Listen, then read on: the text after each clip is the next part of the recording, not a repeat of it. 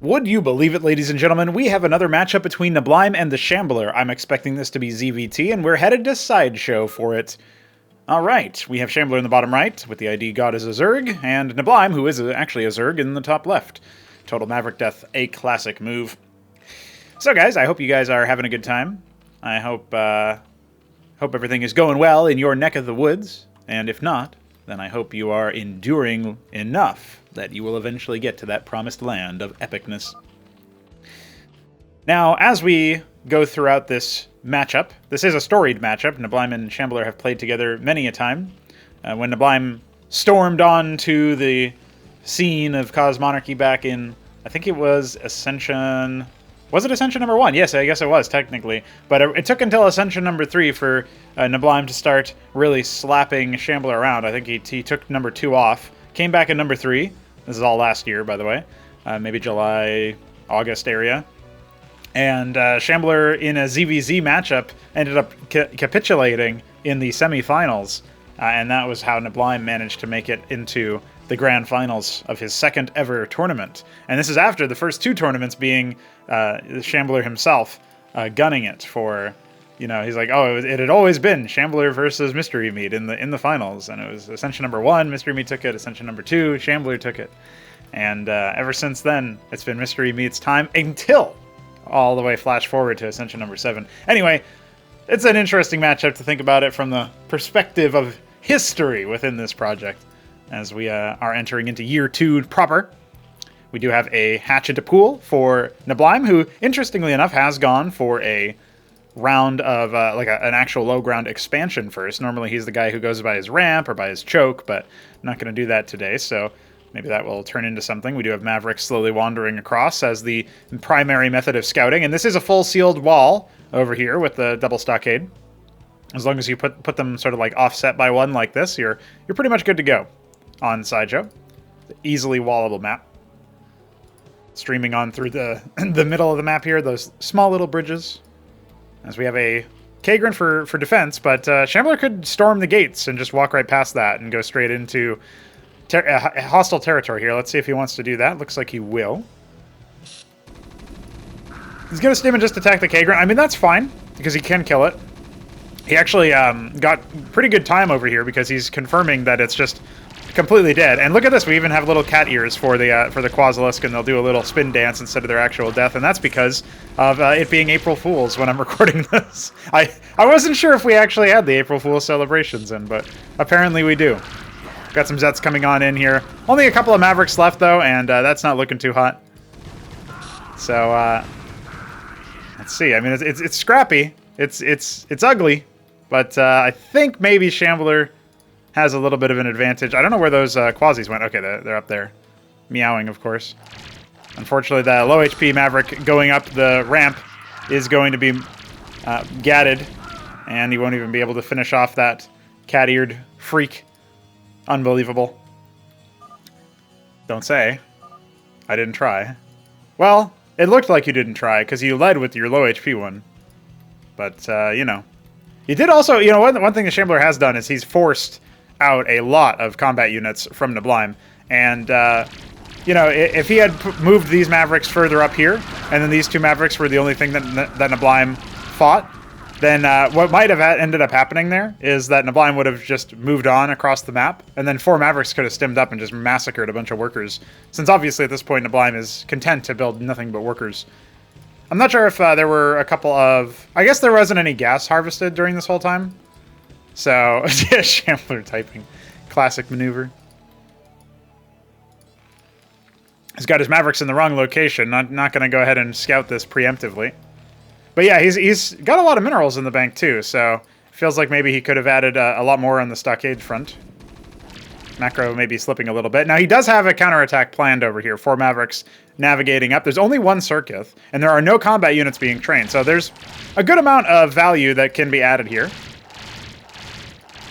Could maybe drop an anchor behind here. Looks like he's going to do so a little bit further back. That'll give the Mavericks the range advantage necessary to safely attack the Quasilisk. They do technically have 1 range on them anyway, but you can see how bad Quasis are versus structures, right? Still nothing for any combat units to save against these 4 Mavericks. Could just charge in here pretty easily. It looks like somehow, some way, maybe with the cliff advantage there, these quasis get zoned away. Worker count slightly favoring Neblime, although there is a second production queue now with that second ministry.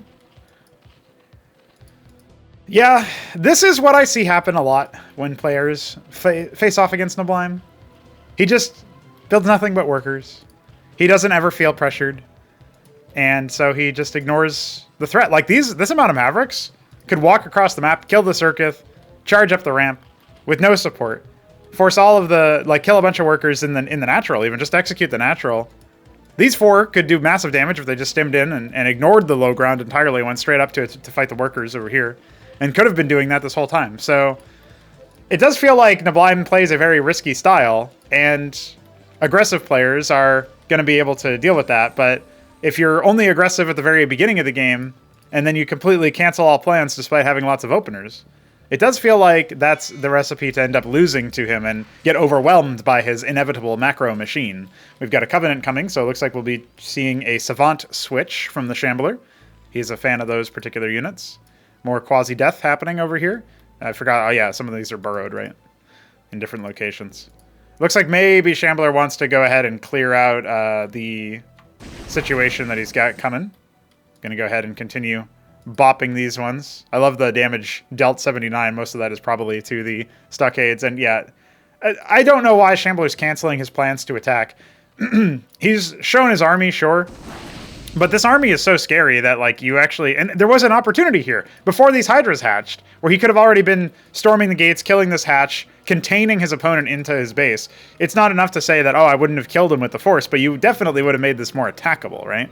Now, at this point, the hatch is going to finish. There's a Drolith already on site, ready to start some static defense. So, like, there's maybe 10 more seconds while that Shambler can maybe make something happen over here with his units. But the most he's going to be able to do is maybe get a little bit of tempo on that. He doesn't even deny the actual expansion over here in the top right. So now this would be a perfect time to move, but he's still out of location, not out of position, not really going to be able to do anything. The hatch is wounded, so maybe he can commence a counterattack, but he's doing nothing. Shambler, you got to move up the map. No, not scouting with a Huracan. You wasted your opportunity. He attacked with all of his forces. Oh my goodness. It's such a travesty. And this is where watching the replay can be really useful, right? Because we can see, like, if Shambler just watched this replay back and looked at what was happening, and he would have seen that he, like, accidentally sent the low HP Maverick up this ramp first, and that took all of the wind out of his sails versus the 2 quasis that were still alive, and how, you know, he could have just used it to contain if he wanted to, or he could have waited for reinforcements or whatever. That attack was probably canceled by that point, but he still did damage, and he still did... He dealt larva damage by forcing all of them to not be workers, right? But anyway, he did all that stuff. Now, he could look back and he could say, oh, my 4 Mavericks could have done that. The little trick that I said where he could have had his Mavericks off to the side and the 2 over here intercepting the flank and spotting for when the quasis leave, because you have all of those combat units. You want to do something with them as the Zerg player. That could have definitely been in his favor. And then obviously the counterattack with the 4 Mavericks could have happened at any time. And then this giant move out could have not wandered around the whole map kind of helplessly and uselessly. I guess it did some things. It forced out a reaction in terms of more combat units. But now he's losing his quarry, you know? It's over, boys. No. The Mason finished and blew up. That's funny. Well, there goes the treasury. That's why you make ministries sometimes, if you're worried about that kind of thing happening to you. Ironically, this being a treasury would be more sensible, right? Because how are you going to attack into the space? Savants are firing off their shots. They are going to be slapped some more.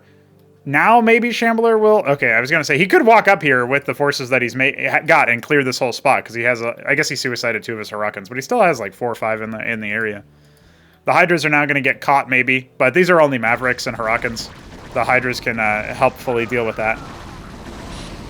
Especially with the Huracans out of position as they are. Stim Mavericks can compete DPS-wise, but they die faster, right? So, and you can see how far... Like, the Huracans just mostly didn't even make any connections. I think I heard 1 attack go off that whole fight, so... Single Eye Zero Core going to get bopped. Not going to be particularly useful. A single Huracan over here died. He was protecting Mason. Mason, it's Huracan Man. Flame Man, as it was. Now we've got a third base up and running for Neblime. Tier 2 well underway. So very clearly advantaged in all fronts. Better worker count, better base count, better tech. Shambler over here seeing what he can make happen in the interim.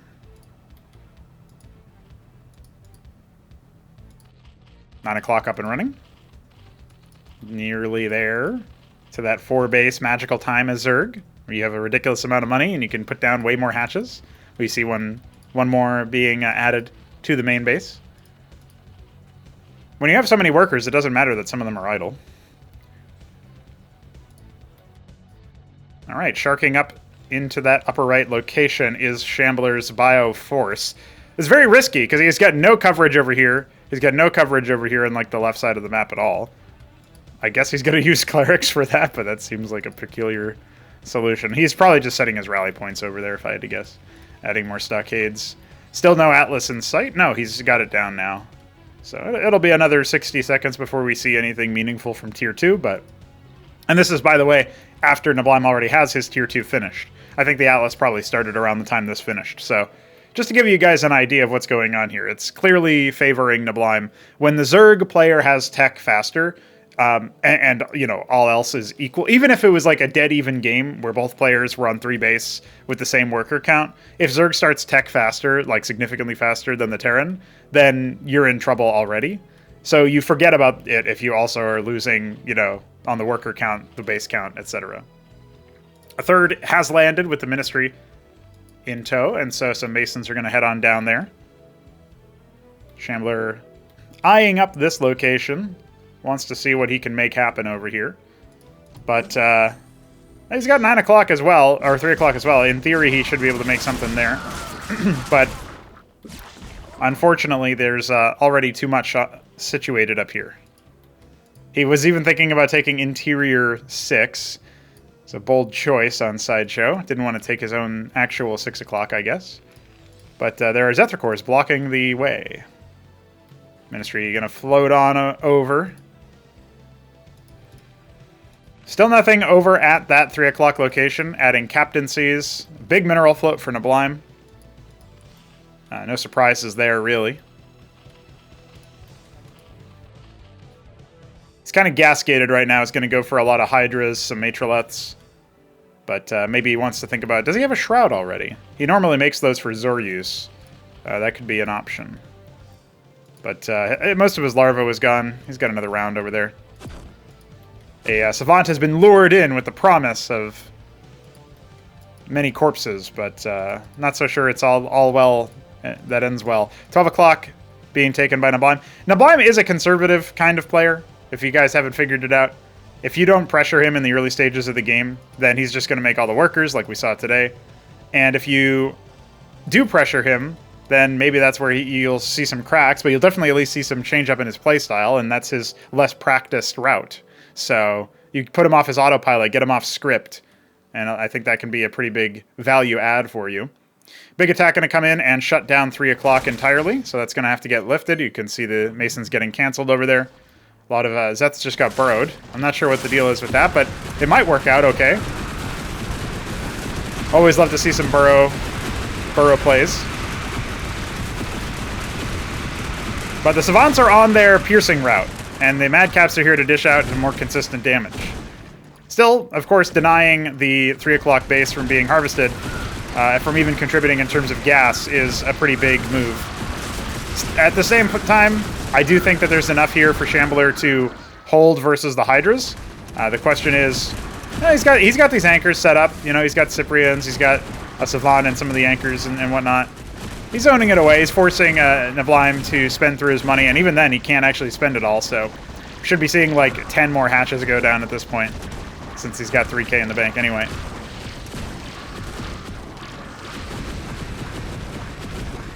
Shambler was reminded that this ministry towards 6 o'clock exists, and we are seeing a battle on 2 fronts, with all the bio engaging up here. This cliff providing a lot of value, I think, for the Zerg encroachment. You gotta watch out, though. Okay, the Amaxilisks are starting to get engaged a little bit separately, but I feel like this force is much smaller, and Shambler's also only now paying attention to it. If the Almacs weren't here, this would be a great engagement for the Terran because of all of the crowd control and the splash, but oh, look at this. Even still, a couple of stragglers being sent on down. We've got more and more workers being made for the top right now being taken. And Neblime is going to move on in and get even more value. There's plenty of forces here to defend this attack, so it shouldn't really be that big of a deal for Shambler, but that's just in isolation. The fact that he wasn't able to destroy some of the bases, and that Neblime now has bottom left and top right, he is playing this so far from a deficit. But if Neblime wants to just not spend his money and keep his worker count the main thing that he's padding, then maybe we can still get into some squeaky bum time, because you might be able to knock down a couple of these bases if you enter in from the right angles. Savants are pretty good with their power siphon mode. Quite capable of dealing with things like static defense. Got some Eidolons here as well. That's an interesting choice. Suppose they'll be pretty good at focus firing things like the Almaxilisks, funnily enough. Double Ministry down here for some reason. Anvil. So he's going to think about maybe nuking with those Eidolons. Does he have anything armed here? Okay, that Anvil is armed. We're looking around to see if there's any other Anvils, but we do not see any. 3 o'clock still not been taken yet. I would not be surprised if upper 6, or upper 12 rather, is being taken next by Neblime. Pretty soon he'll actually be in the running for tier 3, because he just has so much Vespene. He's capped all of his geysers across the map, capping these ones in the top right. He hasn't really saturated 12, but you know, when you have so many bases, does it need to be done? He hasn't capped his 3rd either, for that matter, but again, what's the big deal? All right, now the Circuit is definitely taking some hits here. There's a lot of potential here where the big engagement coming in on this upper side, I don't think it's going to be enough to push through, admittedly. Oh my god, look at the money that Neblime has in the bank. He could be spending so much of it right now. But he is going to end up losing this bottom left base. Hurricanes have pushed on through, sending off the Zeths and the Vigorlisks. At some point, Neblime will realize, holy shit, I've got money. And then at that point is when I'm sure he'll be thinking about doing stuff. Okay, he just queued up 33 Sorius thoughts. That's one way to do it. And he's nearing tier 3 gas, so... Honestly, despite the fact that Neblime has been dominating the macro side in theory, and like definitely has the base count, and definitely has the tempo advantage and stuff, he hasn't finished Shambler with all the money that he's made. He didn't go for any artillery units like Protathalors. He didn't really reinforce his main force with like Convolisks. Maybe that wouldn't have been so good versus the bio splash stuff anyway. We do have to watch out here. He's trying to infest individual madcaps, but infestation is not so good versus crowds of units, right? But look, the Vigorlisks weren't a bad shout, and getting enough of the Vilgalets is also definitely something. These forces are basically dead in the water. We could have maybe seen a nuke attempt. We do have an Eidolon with this force. He could nuke up here. Remember that you don't decloak anymore when you cast the nuke. That was changed a while back, so we'll see if Shambler has the wherewithal to do that. He's never situated 6 o'clock. 12 is still not actually being used. But Neblime just has all of his hatches on like one control group, right? So I guess he hasn't really seen that. Okay, we do see a nuke, but that's a curious location. I wonder if Shambler is just anticipating a strike. Neblime's checking all of his bases. He's now realized, oh yeah, I had all these workers here this whole time. I could have probably used them. And that nuke isn't really going to get too much done. You know, I guess it's zoning. Some of those 33 Zorius that were made earlier are going to be taken care of over here.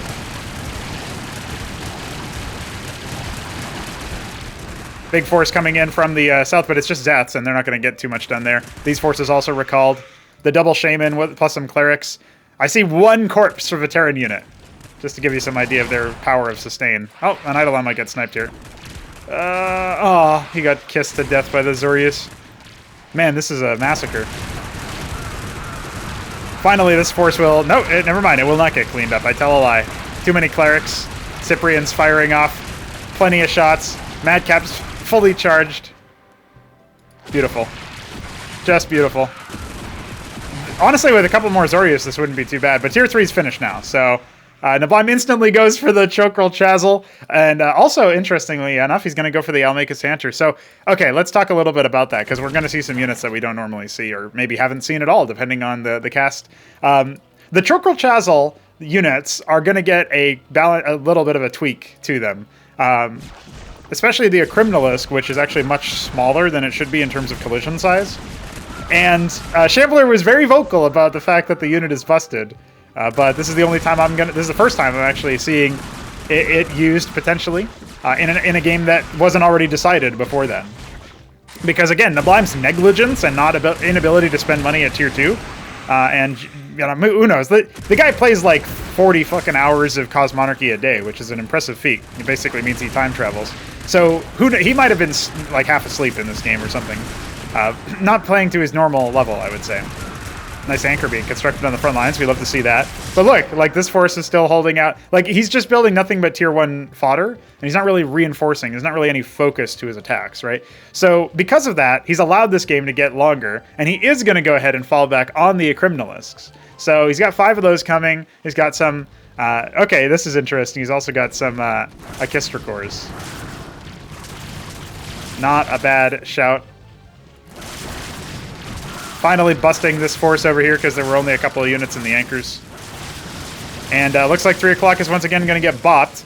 We can't really see a breakthrough with this force. There's Ovelots here for detecting any Eidolons, so it would have to be a Seraph. I'm actually kind of surprised on the Shambler side that he hasn't gone for any. He's going for Daedala, but he did it.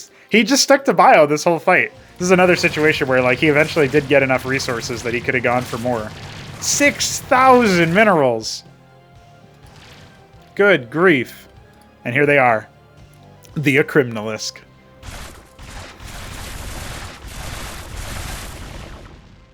Alright, what can Shambler do? Nothing with this force, that's for sure. Love to see Savants debuffing them, but I don't... I guess there's a couple of Savants here, or is it a Savant? And it is on the right mode, but, well, not exactly going to be the right move there. LMAO, he says.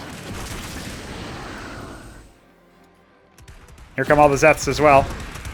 Yeah, if you get 4 Savants with Power Siphon on, for sure these Criminalisks will start to go down a lot.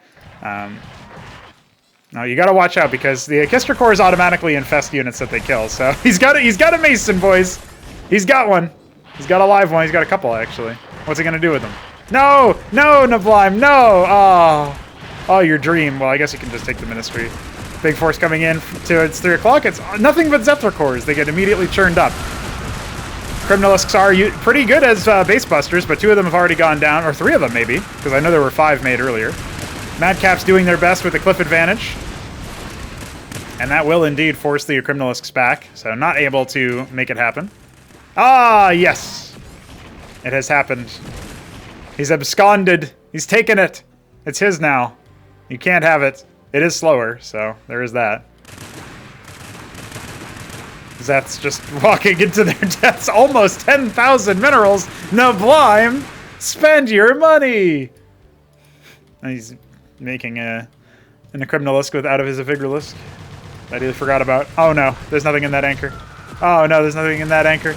Oh no, he's got to rotate backwards. Hey, his Akistricor's almost dead. Eh? Ah, instantly spreads that Kegre. Isn't it beautiful? It's like it just finished mutating. Alright, what do you got in store for us, Neblime? Spreading the Kegre, getting them infested Masons up. And yes, infested structures regenerate. Alright, here we go. We need to see a move in. No, I guess we're not going to see a move in. Honestly, I'm a little underwhelmed. I'm a little underwhelmed at the Criminalisk. I feel like it, for its price, it could have done a little bit more. Atlas immediately getting started over here. Love to see that. Okay, there's one up here. This is a little bit more efficient because there's not really an explicit path being taken over here, and then turns back into the Vigorlisk, of course. Oh no, the Akistricors are getting caught by all of these units. Oh no, they're infesting all of these units. Oh well, it was nice while it lasted. Yeah, give me that Shaman.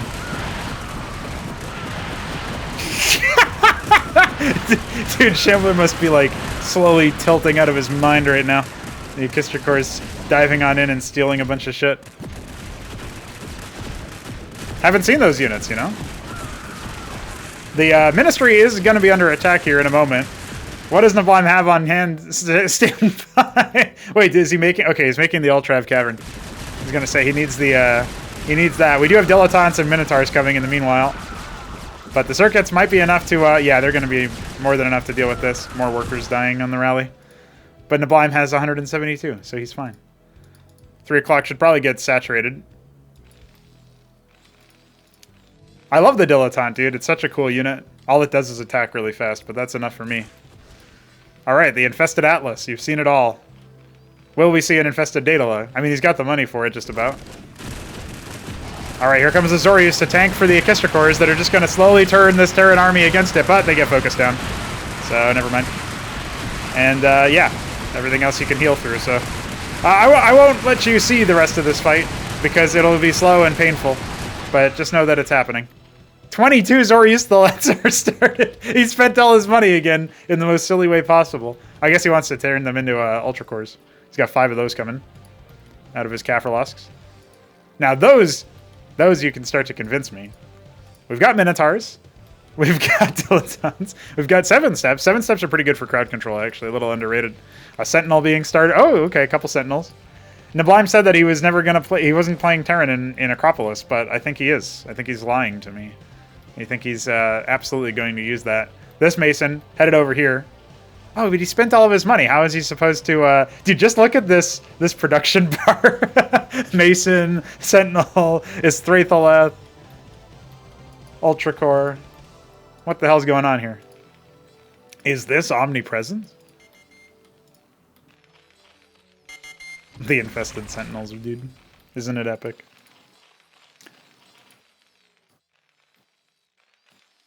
So the Infested Structures will move slower, obviously, but they also get +1 armor. They have less vision range, so you still want to supplement them with other units. But, you don't need vision range for the Diadem to fire, because you'll scout it for it with other units. So just saying, Infested Diadem. Think about it. No! I don't know what that was. I guess it was probably an he was building an Infested Sentinel and moving it over. It's GG anyway. I haven't made progress. And you are tier E. Tier E. Oh man. Is he just gonna GG? That would be lame. At least show us the pulled out. The final move. A move. Oh my god, he's resurrecting the classic. Alright, we've got Istrathaleths here. Neblime's busy typing, too busy typing to use them. Ah, Carapace Swarm. Oh my god. Get him! The Dilettantes are firing! The Dilettantes are firing! They will fill the sound stage with the shots of their enemies. Oh, the plague! The plague! Plague-oo! Finally, we get to see those again. Oh, shit. Oh, God. Oh, goodness. Oh, goodness gracious. Broodspawn and Plague. Oh, no. Oh, God. Oh, it's brutal.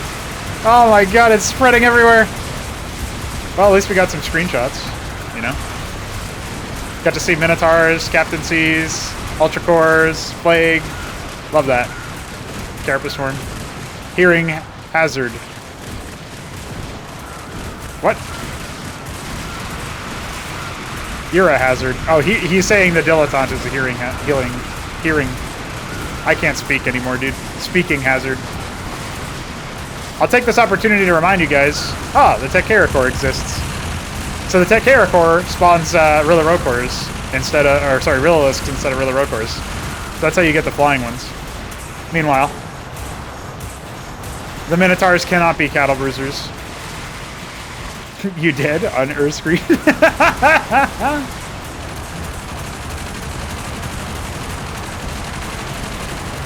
What did his ass do? Oh, they must have been talking about some break. I don't know. Seems fine to me. Shambler typing and dying. That's about right. The replay knows all.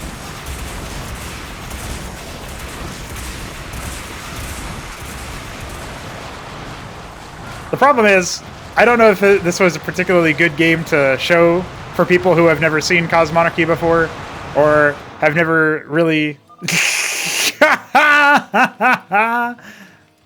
my god.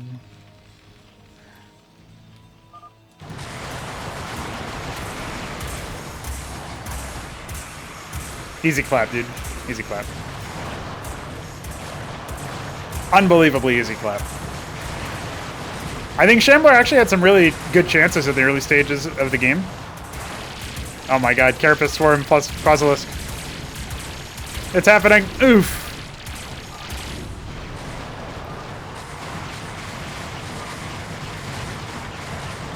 Well, there you go. We got some cool shots, but Shambler seemingly stopped having a chance in the game way later on. Check out the fact that he killed 1,600 units. Isn't that cool? I'm sure at least 200 of those were workers. If you guys like Cosmonarchy, or think you would like to play better than those chumps, you know where to go. The Discord server. GG's.